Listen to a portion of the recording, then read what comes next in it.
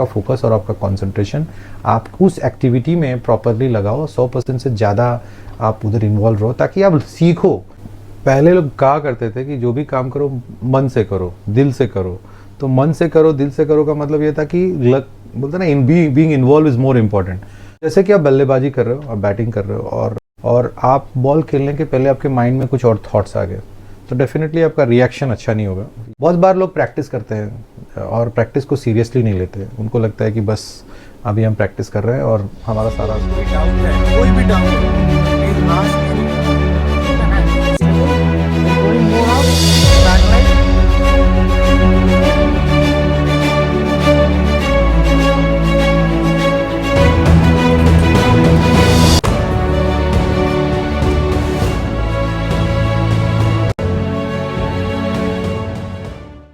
Hi, and welcome to episode 2 of The Champion's Mind by Jwala Singh.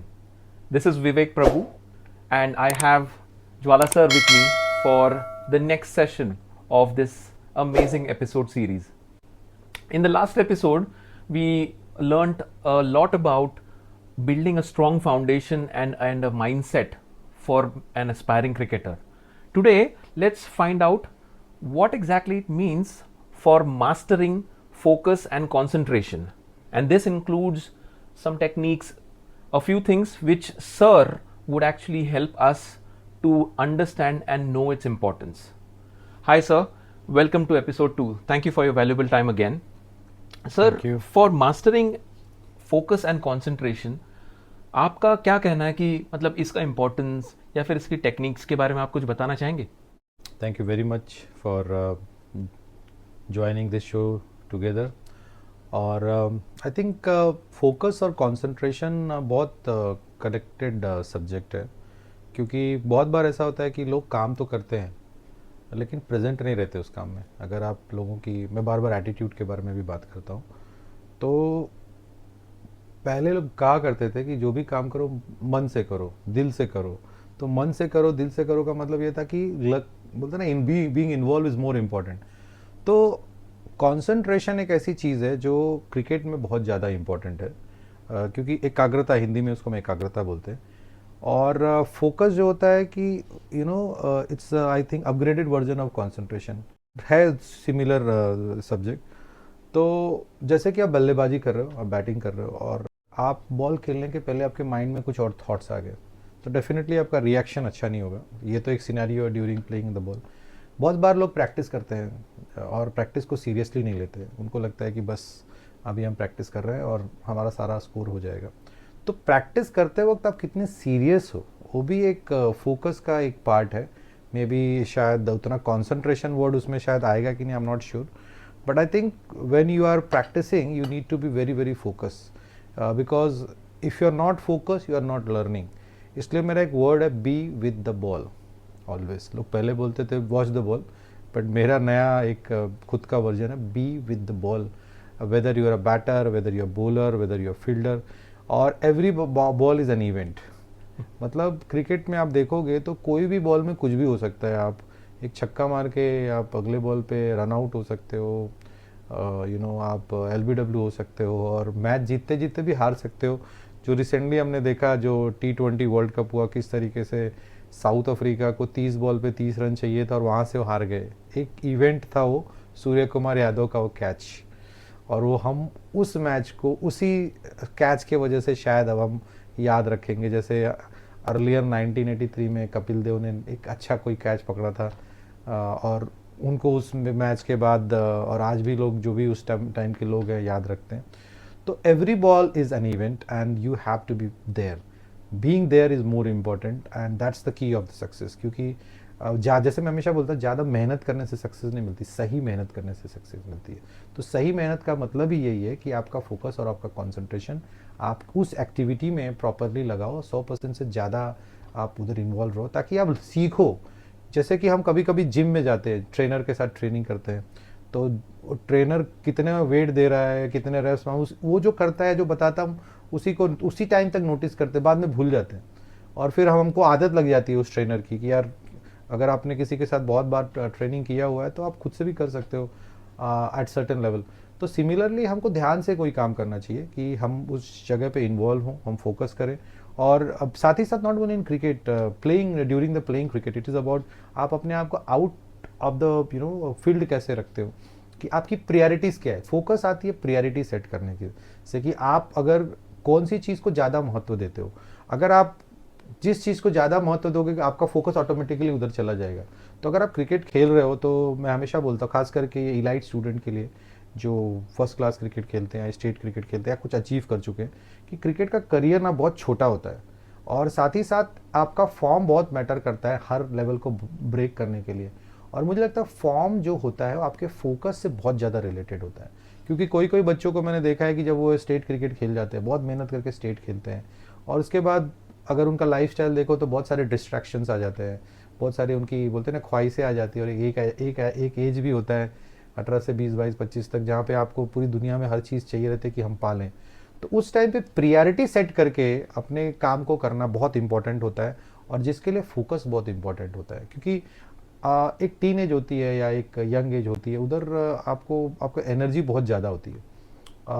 कभी कभी time भी होता है, क्योंकि अगर आप सिर्फ क्रिकेट खेल रहे हो और स्टडीज़ कर रहे हो तो you have time to do so many things a part of it.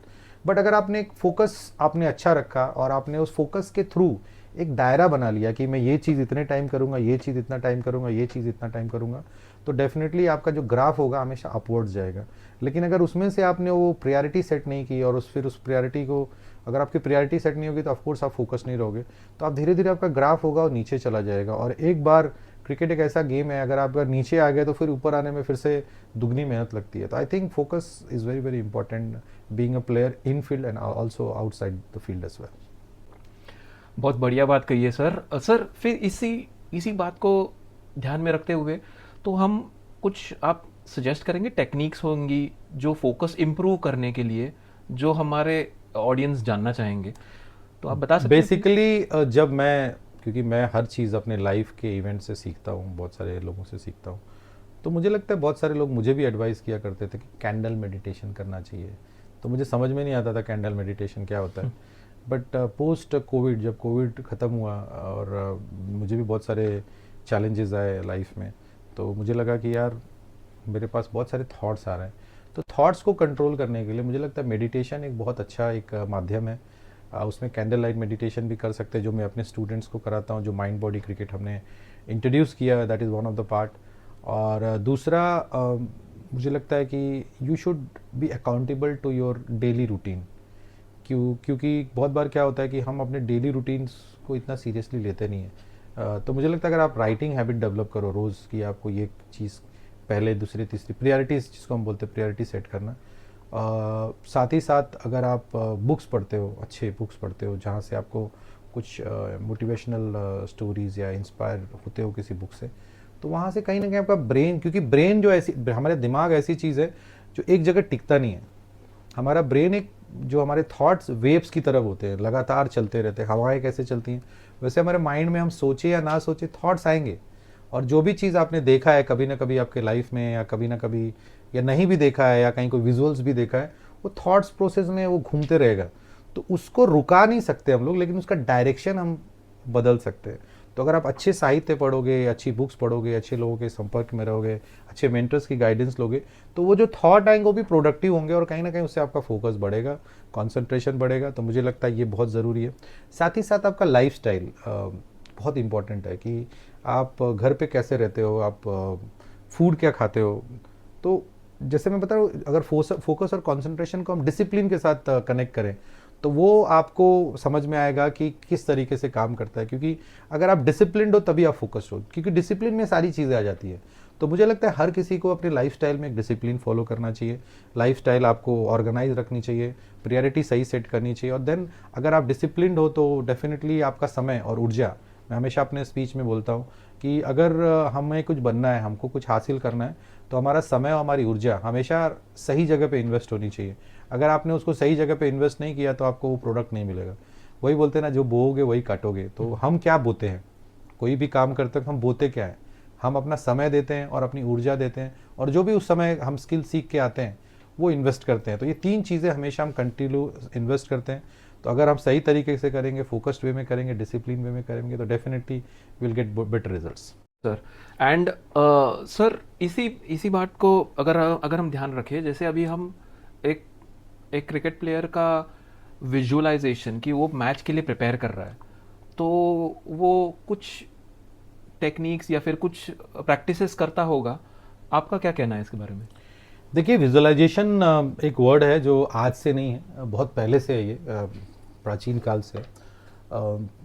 अगर आप महाभारत देखेंगे तो विदुर एक कैरेक्टर है जिन्होंने महाभारत को विजुलाइज करके धृतराष्ट्र को बता दिया कि यहाँ पे कैसे वॉर चल रहा है. तो हमारे दिमाग में ना पावर है, हमारा माइंड बहुत ही पावरफुल एक बोलते हैं ना मशीन या टूल है. Visualisation mean you can see the future.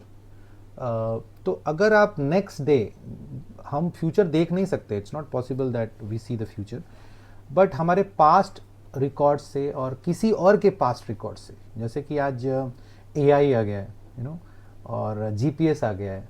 तो जैसे आप GPS में एक जर्नी प्लान करते हो, आप जगह डालते हो, वैसे वो टाइम बता देता है, बट वो टाइम एग्जैक्ट होता भी है और नहीं भी होता है, but somewhere we are close to that. तो विजुअलाइजेशन भी वही है कि आप कल क्या करने वाले हो या फ्यूचर में कुछ साल के बाद क्या करने वाले हो, आप प्लान करते हो, मेंटली आप अपने आप को तैयार करते हो. जैसे कि एक बिल्डर होता है, एक बिल्डिंग बनाने से पहले कस्टमर के लिए एक प्लान बनाता है, उसका स्ट्रक्चर बनाता है, देन उनको बताता है कि यहाँ से रोड होगा, यहाँ से गार्डन होगा, यहाँ स्विमिंग पूल होगा. फिर लोग सोचते हैं हाँ ऐसा ऐसा होगा, and then they buy it. Similarly हम अपने लाइफ को उस तरीके से एक प्लान जरूर कर सकते हैं कि हम ये साल में हम क्या प्लान करेंगे, कैसे करेंगे. तो उसके लिए विजुअलाइजेशन बहुत बड़ा रोल प्ले करता है कि आपका विज़न से विजुअलाइजेशन है, तो आपका विज़न बहुत इंपॉर्टेंट होता है लाइफ के लिए. तो अगर आप विजुअलाइजेशन टेक्निक पे काम करोगे तो डेफिनेटली आपको जो उससे गाइडेंस मिलेगा वो बहुत ही प्रोडक्टिव होगा, बहुत ही मे बी रिजल्ट ओरिएंटेड होगा, गोल ड्रिवन होगा. तो I think visualisation is very very important, और मैं अपने स्टूडेंट्स को वो सिखाता हूँ. और मैं बार बार बोलता हूँ कि मैं सिर्फ क्रिकेट के बारे में कभी बात नहीं करना चाहता हूँ, because as a coach I wish to help most of the people those are willing to grow in their lives, doesn't matter they are cricketer or non-cricketer. So not just mindfulness but also making sure that meditation and visualization are these key aspects of what our mentor Jwala sir is mentioning about. Today we learn not just focus, not just visualization, but we also understand its aspect in this particular session. Do drop in your comments or your questions in the description, and we will try and cover all these aspects, all your questions in the upcoming sessions as well. This is Vivek Prabhu, and stay tuned for the upcoming episode. We have something very exciting coming up with Jwala sir. Thank you so much for your time, sir. It was amazing to have you again. Thank you Vivek, thank you.